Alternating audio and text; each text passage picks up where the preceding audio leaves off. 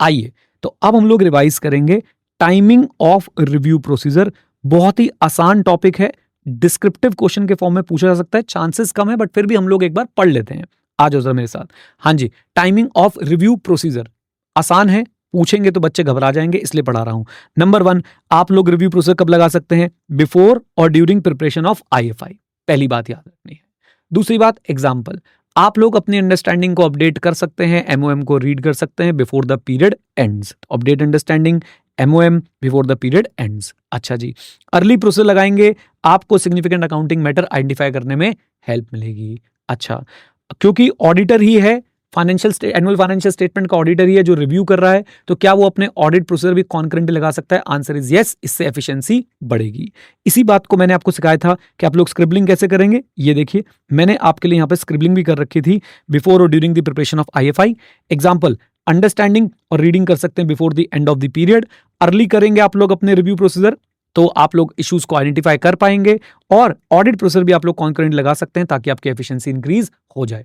इतना टाइम लगेगा आपको टॉपिक रिवाइज करने में, दैट्स इट। इसके बाद 2 छुटमुट टॉपिक थे। वो टॉपिक क्या थे?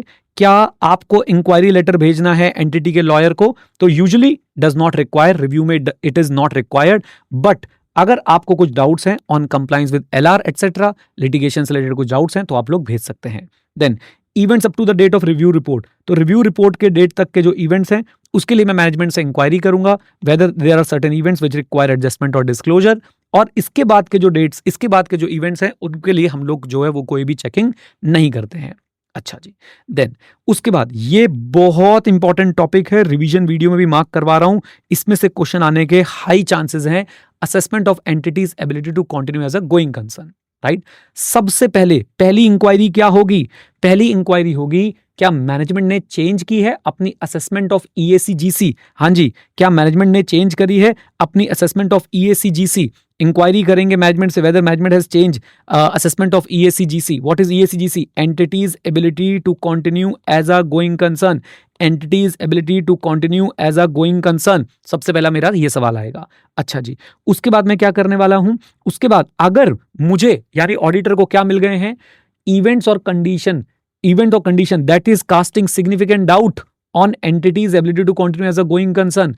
ये बहुत इंपॉर्टेंट पार्ट है बच्चों, इग्नोर मत कीजिएगा। अगर ऑडिटर को मिल गए हैं events and condition that is casting significant doubt on entity's ability to continue as a going concern, मेरी पहली इंक्वायरी जाएगी किस चीज को लेके? फ्यूचर प्लान ऑफ एक्शन को लेके। कम ऑन, किसको लेके?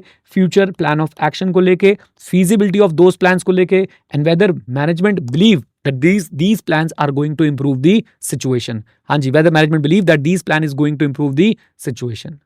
ओके और साथ साथ में अपने एक बात और याद रखनी है कि I will also consider whether these matters are adequately disclose और not. Very important from exam point of view, कोई भी बच्चा नहीं छोड़ेगा। इंक्वायरी करूंगा मैनेजमेंट से, क्या उसने चेंज कर दिया असेसमेंट ऑफ ईएसीजीसी, और अगर मुझे इंक्वायरी और रिव्यू प्रोसीजर के बाद मिल जाते हैं इवेंट्स और condition that may cast significant doubt on entity's ability to continue as a going concern, auditor क्या करेगा? इंक्वायर करेगा प्लान फॉर फ्यूचर एक्शन क्या है, उनकी फिजिबिलिटी क्या है, and whether management believe that outcome of this plan will improve the situation, and I will also consider the adequacy and disclosure about such matters in the interim financial information.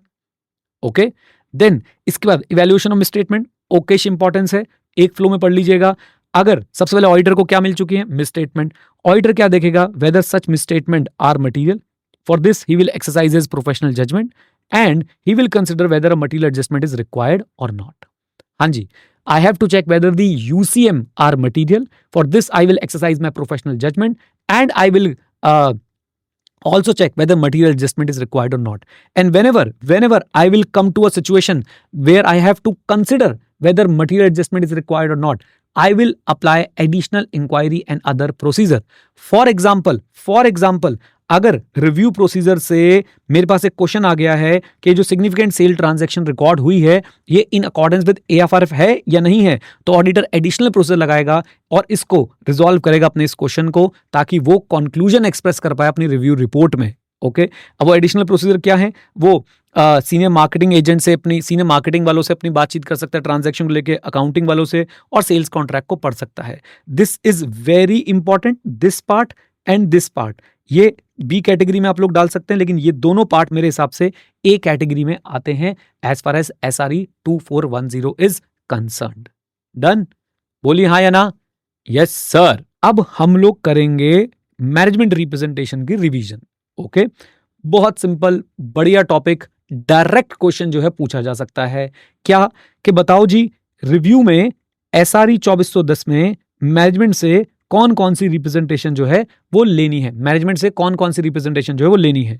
बहुत आसानी से याद होने वाली चीज है, 1 और 2 सेम है, आईसी को लेके और पीपीआईएफआई को लेके। अच्छा, उसके बाद यूसीएम को लेके, पहले मैं बोल देता हूं फिर हम लोग पढ़ लेंगे, यूसीएम को लेके, और उसके बाद तो कुछ बचा ही नहीं है। 2 फ्रॉड वाली, 1 लॉ वाली, 1 इवेंट वाली, खत्म। 2 फ्रॉड वाली, 1 लॉ वाली, 1 इवेंट वाली, खत्म, डन। बोल दो हाँ के ना, आ जाओ मेरे साथ प्लीज, जरा जुड़िएगा। एक बात मैं आपको ऐसे बताऊं, किसी भी चीज को अगर राइमिंग में बोल दो वो याद जल्दी होती है। मेरी वाइफ की कार का नंबर मैंने अपनी 4 साल की डॉटर को याद करा दिया था, राइमिंग कर करके, राइट। और एक और चीज होती है ना, जैसे वो milli, centi, decimetre, deca, hecto, kilo, तो ये ऐसी डायलॉग बोल बोल के मैंने, मतलब मैं अपने कभी कभी बच्चों के साथ ऐसे बैठ जाता हूँ, कुछ भी उनके साथ मैं राइमिंग में बोलता हूँ, उन्हें समझ नहीं आता लेकिन घोट लेते हैं। तो आप उस राइमिंग का फायदा उठा सकते हैं। राइमिंग का फायदा कैसे होगा, इधर देखो प्लीज प्लीज प्लीज। एक देखो, एक बालक कह रहा, वाह वाइफ की अलग कार है, पैसा है सर के पास। रुक जाओ नालायको, काम की बात पे ध्यान दो। सुनो इधर, पॉइंट क्या है, पॉइंट बहुत सिंपल सा है भाई, पॉइंट बहुत सिंपल सा है। देखो, एक आईसी वाली, एक पीपीआईएफआई वाली, यूसीएम वाली, फिर 2 फ्रॉड वाली, 1 लॉ वाली और 1 इवेंट वाली, खत्म बात। 2 फ्रॉड वाली, 1 लॉ वाली, 1 इवेंट वाली, ये परमानेंट याद हो जाएगा तुम्हें। ओके, आ जाओ प्लीज। आपको एक और इसका एग्जांपल दे सकता हूं, कैपिटल गेन में सेक्शन 54 में एग्जम्पशन मिलती है ना, तो 54 में एग्जम्पशन लेने के लिए इन्वेस्ट कब तक करना होता है, 1 साल पहले और 2 साल तक। कंस्ट्रक्शन के केस में 3 साल तक। पहली बार मैंने ये राइमिंग सुनी थी 2007 में शायद सुनी होगी, या 2006 में सुनी होगी, किससे, अजय जैन सर से। और मुझे आज तक उसी राइम में याद है, 1 साल पहले और 2 साल तक, कंस्ट्रक्शन 3 साल तक, दैट्स इट। ओके, तो प्लीज इसकी इन छोटी छोटी चीजों की पावर को आप अंडर एस्टिमेट ना करें और अपने आप को ज्यादा ईगो ना रखें, मैं तो बड़ा हो गया हूं, लड्डू हो गए हो तुम, इधर देखो। हाँ जी प्लीज। तो एक आईसी वाली, एक पीपीआई आईएफआई वाली, अब तो अच्छे से करा दिया, यूसीएम वाली, 2 फ्रॉड वाली, 1 लॉ वाली, 1 इवेंट वाली। अब आईसी को लेके क्या, कि भाई मैनेजमेंट एक्नॉलेज कर दे that they are responsible for IC. PPIFI को लेके क्या, कि मैनेजमेंट एक्नॉलेज कर ले कि भाई आईएफआई जो है प्रिपेयर्ड और प्रेजेंटेड है as per एएफआरएफ। Effect of UCM को लेके क्या, यूसीएम अभी हम लोग पढ़ के आए थे, कम ऑन, यूसीएम पढ़ के आए थे, अनकरेक्टेड मिसस्टेटमेंट्स, बोल दो। तो यूसीएम को लेके मैनेजमेंट जो है वो अपनी भाई एक written representation they they that it believes that जितनी भी यूसीएम है दे आर इममटीरियल। हाँ, दे बिलीव दैट यूसीएम्स आर इममटीरियल। फिर कोई अगर फ्रॉड हुआ है उस रिलेटेड फैक्ट डिस्क्लोज करने की रिस्पॉन्सिबिलिटी के लिए हम लोग रिटर्न रिप्रेजेंटेशन ले लेंगे। Fraud risk assessment result, fraud risk assessment result management ने डिस्क्लोज कर दिया है, इसके लिए रिटर्न रिप्रेजेंटेशन ले लेंगे। अगर कोई एक्चुअल या फिर सस्पेक्टेड नॉन कंप्लाइंस है विद लॉ एंड रेगुलेशन, उसके डिस्क्लोजर को लेकर रिटर्न रिप्रेजेंटेशन ले लेंगे। एंड फाइनली, अगर कोई भी पोस्ट बैलेंस शीट इवेंट है टिल रिव्यू रिपोर्ट डेट जिनमें एडजस्टमेंट और डिस्क्लोजर रिक्वायर्ड था, वो भी डिस्क्लोज हो गए हैं, इसको लेकर रिटर्न रिप्रेजेंटेशन ले लेंगे। याद रखिए, क्लास में अच्छी तरह समझ आता है, याद भी होता है, फिर भी बच्चे लिख नहीं पाते हैं। सत्संग टाइम में मैंने आपको बताया था, अगर आप राइटिंग प्रैक्टिस नहीं करेंगे, आई एम सॉरी टू से, अगर आपकी expression of thought, written expression of thought सही नहीं है, आपको एग्जाम में मार्क्स नहीं मिलेंगे। इसलिए ये सब याद होने के बाद भी आपको एक बार क्वेश्चन प्रैक्टिस, राइटिंग प्रैक्टिस जरूर करनी चाहिए। Now, auditors responsibility for accompanying information, important mark कीजिए इस टॉपिक को, सुपर इंपॉर्टेंट है। और इसके अंदर भी एक इंपॉर्टेंट टॉपिक छुपा हुआ है, देखिए। ऑडिटर को अदर इंफॉर्मेशन रीड करनी है, किसके लिए रीड करनी है, मटेरियल इनकंसिस्टेंसी के लिए रीड करनी है। मटेरियल इनकंसिस्टेंसी हो सकती है अदर इंफॉर्मेशन में विद आईएफआई। अच्छा, एक बात। दूसरी बात, ध्यान से सुनिएगा, क्या हो सकता है, मैनेजमेंट जो है वो भाई साहब अपनी अर्निंग ऑल्टरनेटिव मेजर्स के थ्रू दिखा सकती है और उसे पॉजिटिव दिखा सकती है, जो कि अनक्लियर है या फिर नॉट रिकंसाइल्ड है विद आईएफआई। एग्जाम्पल मैंने बताया था, other info says profit of 50 crore using adjusted EBITDA, but interim financial statement shows net profit only 2 crore, और कोई इसके लिए रिकंसिलेशन नहीं दी गई कि 50 करोड़ डिराइव कैसे हुआ है। Now this is a material inconsistency between other information and IFI. Okay, अगर मटेरियल इनकंसिस्टेंसी मिल गई, ऑडिटर क्या करेगा, या तो इंटरिम फाइनेंशियल इंफॉर्मेशन को अमेंड करेगा या अदर इंफॉर्मेशन को अमेंड करना चाहेगा, दोनों में से किसी को अमेंड करवाना चाहेगा। अच्छा जी, आईएफआई में अमेंडमेंट नेसेसरी है, मैनेजमेंट रिफ्यूज कर देती है, तो ऑडिटर अपनी रिव्यू रिपोर्ट पे इसका इंप्लीकेशन डाल देगा। अगर अदर इंफॉर्मेशन में अमेंडमेंट जरूरी है और मैनेजमेंट रिफ्यूज कर देती है, तो ऑडिटर क्या करेगा, ऑडिटर जो है वो एक पैराग्राफ ऐड करेगा और on inconsistency in review report और अदर एक्शंस को भी कंसिडर करेगा, जैसे कि अपनी रिपोर्ट को विदहोल्ड कर लेना या फिर साथ साथ में विड्रॉ कर लेना एंगेजमेंट से। ओके, अच्छा जी, now this is another important topic. आप जो है अदर इंफॉर्मेशन को रीड कर रहे थे और आपको मिल गई है मिस्टेक, आपको मिल गई है मिस्टेक। और वो मिस्टेक कैसी है? वो मिस्टेक कैसी है? Apparent material misstatement of fact है, apparent material misstatement of fact है, unrelated to the interim financial information. Okay, हमने प्लांट लगाया है 100 करोड़ रुपए का इस क्वार्टर में, जबकि आपने ऐसा कुछ नहीं किया है। तो याद रखिए, आप अदर इंफॉर्मेशन रीड कर रहे हैं, आपको मिल गई है apparent material misstatement of fact unrelated to IFI. Is in that case आपको क्या करने को बोला जा रहा है? आप मैनेजमेंट से डिस्कस कीजिए और कंसिडर कीजिए whether this information is valid or not, whether management response is valid or not, whether there is a judgment difference, and we can also request the management to consult with the qualified third party. अगर management refuse करती है for amendment, यानी कि उसको सही नहीं करती है, तो भाई साहब ऑडिटर में नोटिफाई टीसीडब्ल्यूजी और seek legal advice. Important important important, छुपा रुस्तम। आइए देन, ये एग्जांपल मैंने आपको दे दिया था। कम्युनिकेशन की बात कर लेते हैं जल्दी से। इधर देखिए, कम्युनिकेशन कैसे करना है, सुनिए। कम्युनिकेशन समरी से सीधा पढ़िएगा। अगर मटेरियल एडजस्टमेंट नीडेड है एज पर एएफआरएफ, तो कम्युनिकेट करिए एप्रोप्रिएट लेवल ऑफ मैनेजमेंट को as soon as possible practicable. अच्छा जी, मैनेजमेंट अगर एक्ट नहीं करती है, टीसीडब्ल्यूजी को बताएं as soon as practicable. Oral में भी बता सकते हैं, रिटन में भी बता सकते हैं, based on the nature, sensitivity and significance of the matter. Okay, अच्छा जी, अगर ओरल कम्युनिकेशन किया उसको डॉक्यूमेंट कर लो। टीसीडब्ल्यूजी एप्रोप्रिएटली रिस्पॉन्ड नहीं कर रहा है, आप लोग क्या करेंगे? मॉडिफिकेशन कंसिडर कीजिए, एंगेजमेंट से विड्रॉल कंसिडर कीजिए, most important resignation from audit of annual financial statement भी कंसिडर कीजिए। अच्छा जी, तीसरी बात, एग्जिस्टेंस ऑफ, अगर एग्जिस्टेंस दिख रही है आपको किसकी? फ्रॉड या नॉन कंप्लायंस की, एप्रोप्रिएट लेवल ऑफ मैनेजमेंट को आप लोग कम्युनिकेट करेंगे बेस्ड ऑन के उस फ्रॉड में, नॉन कंप्लायंस में कौन इन्वॉल्व है, और कंसिडर कीजिए TCWG reporting and review implication.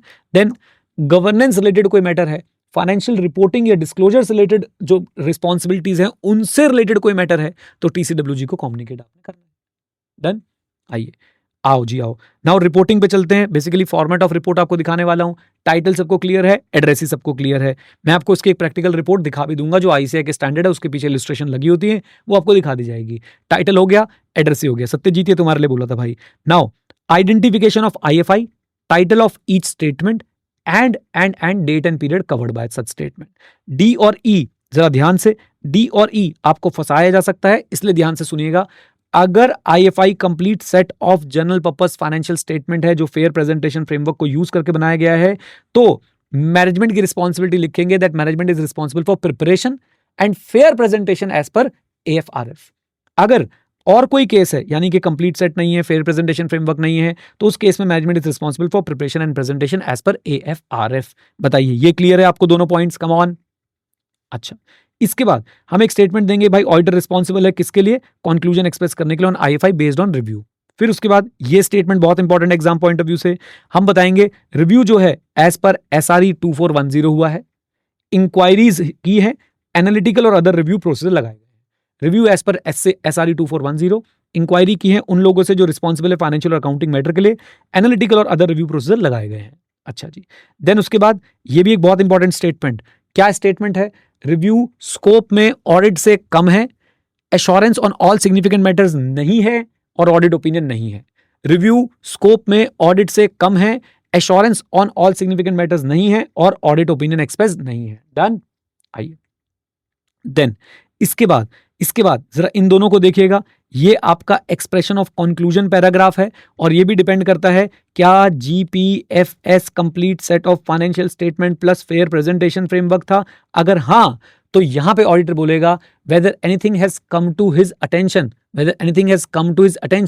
That causes the auditor to believe that interim financial information does not give true and fair view or present fairly in all material respect in accordance with AFRF, right?